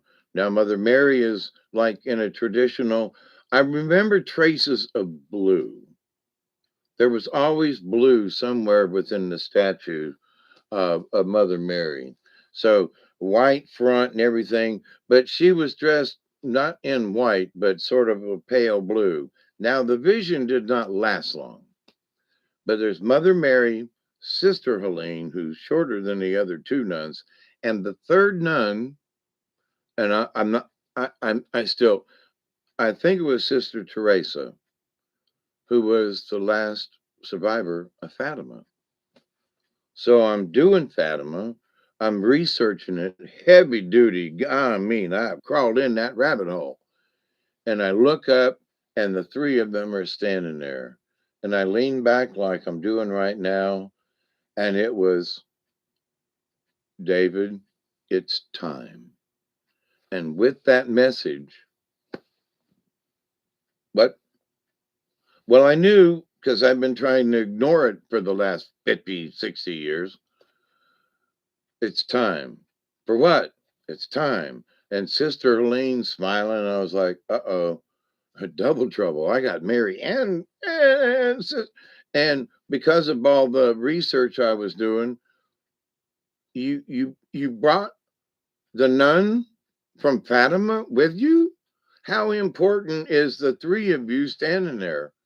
I still am holy shit after all these years. But that's what started my journey with YouTube. That's what I mean. And the impact of them being here was the kick in the ass. I mean, I just out of my chair. And folks are like, Dave, are you sure you wasn't just dreaming it? And blah, blah, blah. Hell no. And here's the reason why. I was so focused on Fatima and the incidents around it and the lies that the Catholic Church have been telling. So I was into the lie thing. Who lied to whom and why would they cover it up and all this. I wasn't interested in, I don't know if it's Sister Teresa. Okay. I'm just using that right now because anyway, I always think I'm wrong when I use her name. But anyway, and when I looked up, I was like, you're Fatima, you're holy crap. Why are you here? Because I wasn't focused on the nun. I was focused on what the message was, but I wasn't focused on the person. No offense, Sister Helene, but she was the farthest thing from my life in what I was actually doing before the three of them showed up. And well, things changed after that. So a lot of you know or known me and have been on the channel for a while or from the beginning. And I've been stumbling and bumbling through this the whole time.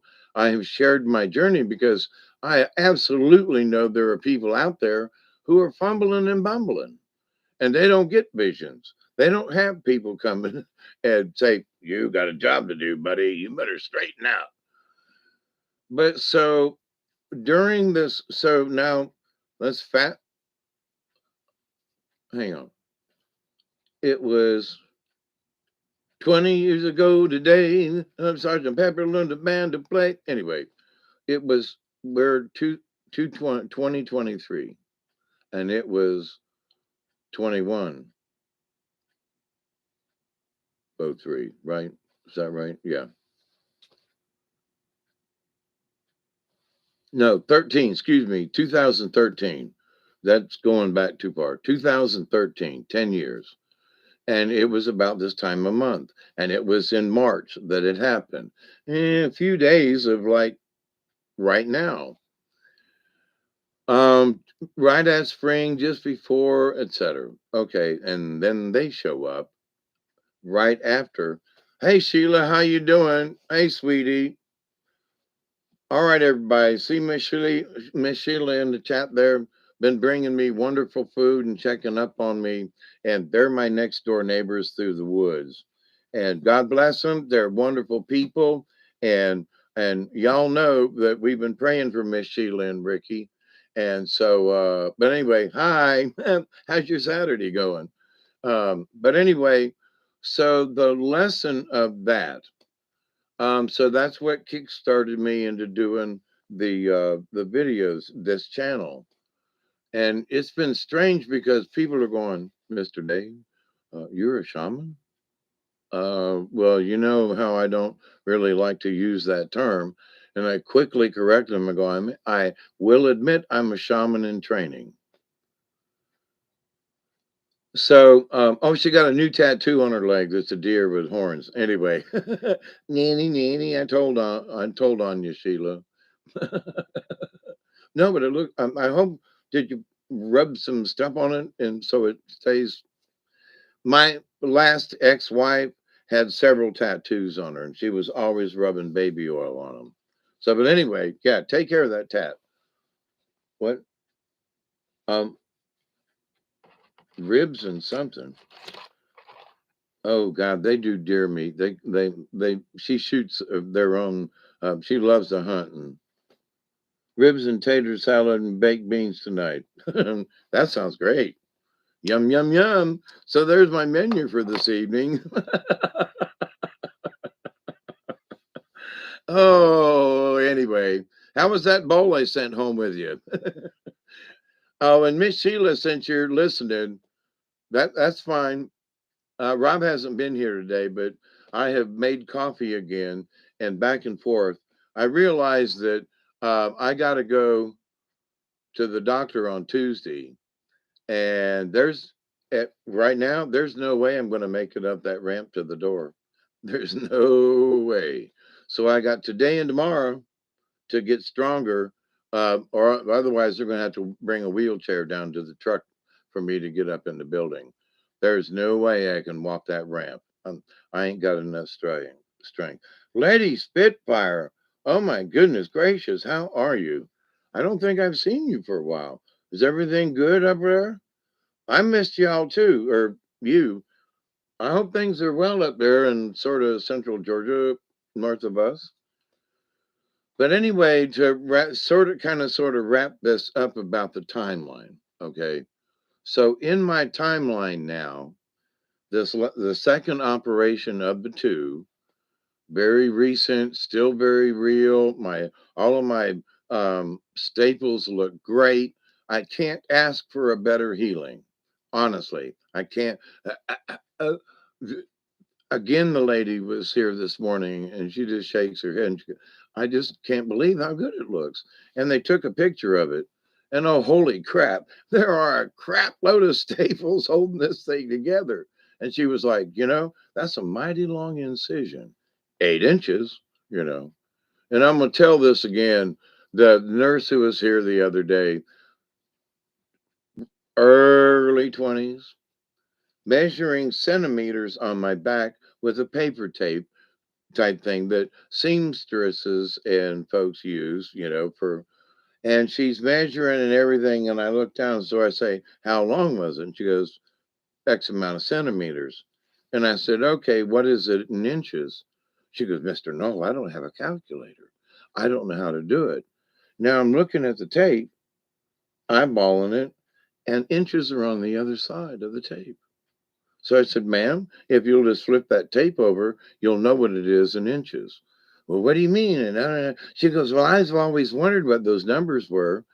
Nobody ever taught her to read a regular ruler. She didn't know that there was metric on one side, and all you had to do is flip the daggum thing over, and you'd have American inches.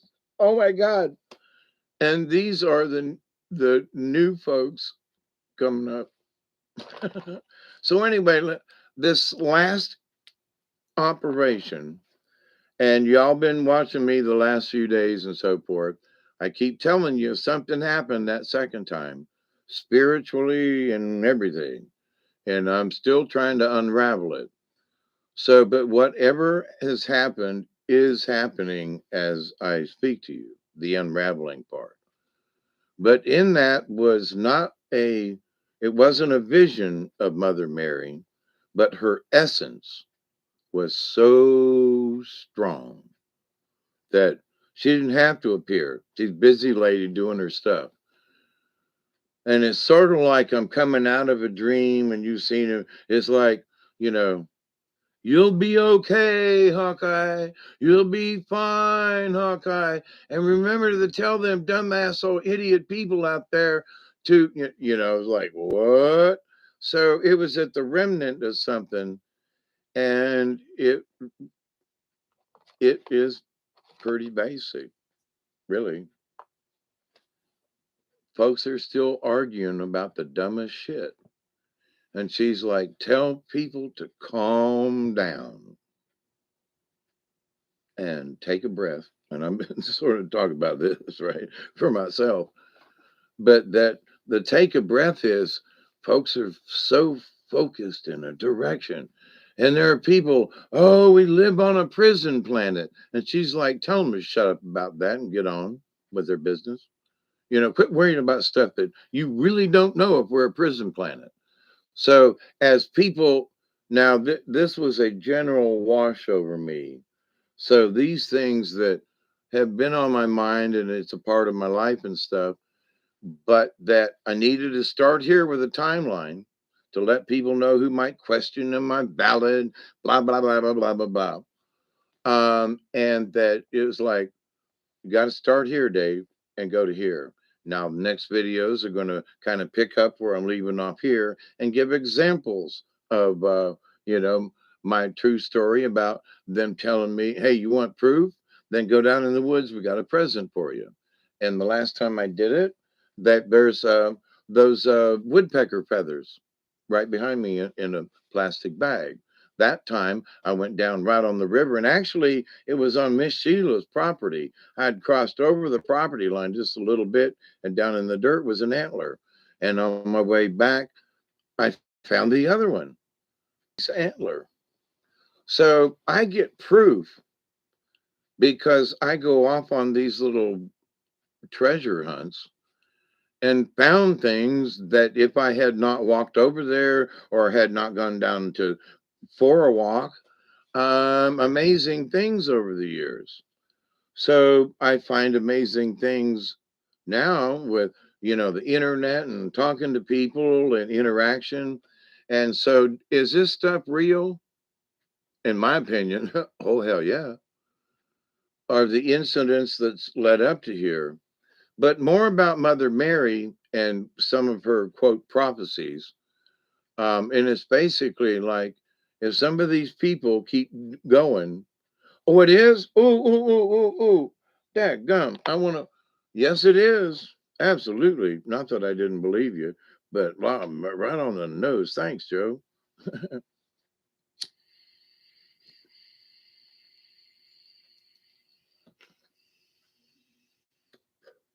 That is literally the end of 420. There's nothing in it. Whoa, have mercy.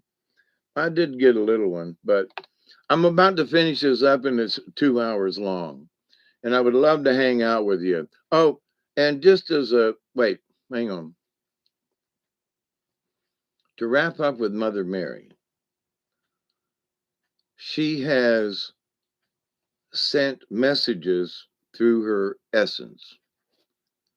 And throughout all the messages that she sends, she always sends peace. David, tell them to be at peace. David, bring peace upon them. David, make sure that they know, with all the other stuff and whatever's going on, to bring peace into their heart. And again, to accept and receive the knowledge, the healing, the wisdom, and the blessings from the universe. But be at peace with yourself. And when you're at peace with yourself, then you can spread peace just by being at peace with yourself. A simple message. But this last time, her essence, there are things over the years that I have learned and talked about and taught as best as possible. So coming up is going to be how you talk to your spirit guides. How can you how do you there are people out there, oh, my spirit guide said this, and I'm like, "Oh, really? Okay. Are you sure you're talking to a real honest to God spirit guide that's heading you in the right road on the right road? Because some of the stuff you're talking about sounds like you got interference, just saying well, I learned this and that and this and that. And it'd be really good up to a point. like a mutual friend of ours that we have sort of been talking about in the background. Um, and so, but this idea that I don't, there are people, "Oh, I talk to Mother Mary all the time." And when she comes by and drops a little note with me, it's like, "I'm busy, see you later." But here's the note. So, she stands there and talks to me all the time. And I listen in and go, "Seriously? She told you that?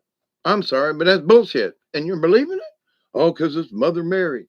So, in chatting with some other folks, not on here, but literally seriously talking, there are entities because they're bored who are taking the play, they're faking it. Now, with my guys, when I got home, it was like, I got a clear channel now for whatever that second operation was. They're like clear. And it was pretty clear before, but it's almost like they turned the I turned up my hearing aid and I was like, holy crap. But um, so folks need to prove who their spirit guides are. And the spirit guides ought to be absolutely willing to prove it to you. Like, yeah, you want to know? Okay, I'm gonna. Something might come up in a magazine. You might see an article in something. There will be something that pops up to show you the proof of whatever their chatter is in the head, and you'll be able to go, "Yep." Now, buyer beware, because the information that you get could still be from the fake entity. So, what do? You have to be able to discern yourself. Wait a minute. If it sounds stupid and not kind of wiggle along your way, then question it and say, wait a minute, that doesn't seem right. Because I had some interference a couple of years ago, and I was getting bad information, and I did a video about it, and I've talked to you all about it. I wouldn't talk to them bitches. Well, you know what I mean. I wouldn't talk to them. I wouldn't listen to them. They'd be chattering away, and I was like, no, you got to prove you are who you are. And somebody had tried to step in up yonder, and they were in a fist fight, and but now I'm So I'm going to be doing the videos about how to make sure that you're hearing it. What you might be, how do you hear it? Is it in your head? Is it vocal? Blah, blah, blah. And go over some of these things. Because there are people out there who are having experiences, and I've been having them for a while. I'm going to do my best to try to explain how I get the information and how I check it out, kind of thing. But here's one of the big things. I know that my channel is to my folks. So if they send me something, I'm there. I'm going to go ahead and believe it. They know me good enough, well enough now that I'm going to check it out. Well, such and such is happening, or such and such is blah, or la la la la la la la. And I go, okay, that's good info. But there'll be something that happens with within a couple of days that will nail it, and I'll see something and I'm like, boom, whoa, confirmation right there. It could be something simple, but when you see the confirmation, it will hit you so hard that you'll go, okay, that's the answer. Now, for those I have searched for and found the my true shaman guides. In other words, I'm on the Indian path. I'm on the red road. I am a Native American. I am, an indigenous people. My relatives were Cherokee. I skipped over White Dove, didn't I? Anyway, but through White Dove and the things that I did with her and the things that she taught me, White Dove needs to be included in this. Between 1999 and 2005, I had a period of time where this entity would literally sit in the truck with me. I had an hour's drive either way. And so sometimes in the morning, I'd look over there and go, holy crap, what is that sitting there? And it was white dove. So for my long drives, he filled me in on all kinds of things. And I realized that she was like an emissary for Mother Mary, and that the things that she taught me are still so valid now. She told me to calm down. She taught me about how to talk to people, and I have spoke about this before in other videos. But I realize in my haste to try to not make this a long video, and it just turned over 2 hours. Dang it! I wish I had some weed in there. I'm going to have to look at it. But anyway, I love you all so much. I do. And this part of the journey seems to be apparent, that we need to keep talking about this stuff. Is it something super duper? And it is, because if we lose the peace in our hearts and the peace that we can make between each other, we are flipping doomed. No question. It's like, if these folks don't do that, down they go. Humanity needs to have peace in their heart. Oh, and the war over there in the Ukraine and all, it's been going on for 5,000 years. This ain't nothing new. So there are things that we are concerned about. And that's why she kept telling me, tell these folks to quit worrying about stupid stuff. That's my translation, but to the point. Trivial things is what she said. You got to stop worrying about the trivial things, because it's sapping your energy. And the more they put out this trivia, and the more that people are do, and the least amount of peace you have in your heart. And that's a really big, important message. That ain't something to just slop about. So in the Bible, where Jesus went and walked, it was always peace be unto you, my brothers and sisters. So my suggestion is, if you add that phrase where everybody's like peace and prosperity and favor upon you and all that, that's okay. But to use the word peace, forget all the other little slang things that are out there. Oh, bring favor upon you. Okay, that's not bad. But favor upon you of what? But if you say peace be upon you, that's very direct. Peace be brought upon you. Deep breath. And forget all the trivial bullshit. that's, you know, that's the message. But it was so strong. And I knew it was for Mother Mary and sort of the group, because the first thing that happened when I getting this essence was of her and Sister Helene and Sister Teresa standing in my house. So eyes are closed and bing, and boom, I was like,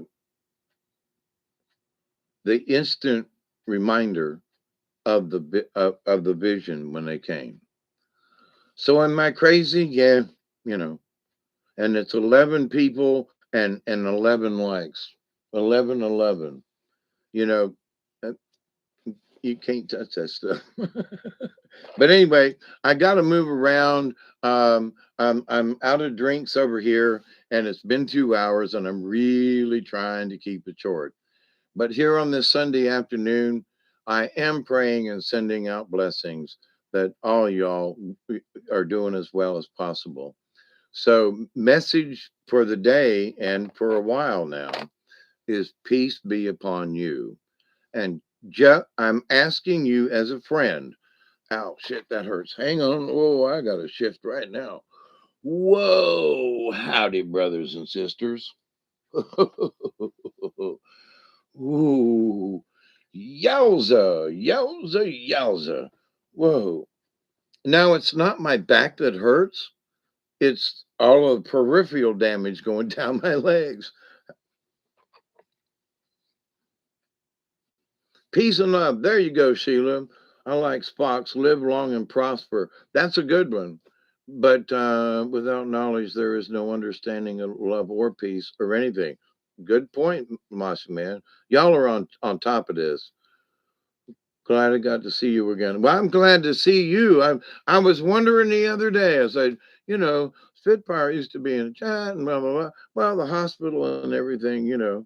May the goddess bless you, Travis. Have a good one, and may the goddess bless y'all too. But the simple statement of peace be upon you, peace be upon you. 4 words. You know. All the other stuff is good, don't get me wrong, but her request is that we say this to each other. Peace be upon you, brother. It used to be common back in the old days, meet somebody on the path, peace be upon you. We can say hi and prosper. There's nothing wrong with it, but the focus of the word, peace, is the deal. And that's what she's requesting. It is a big deal.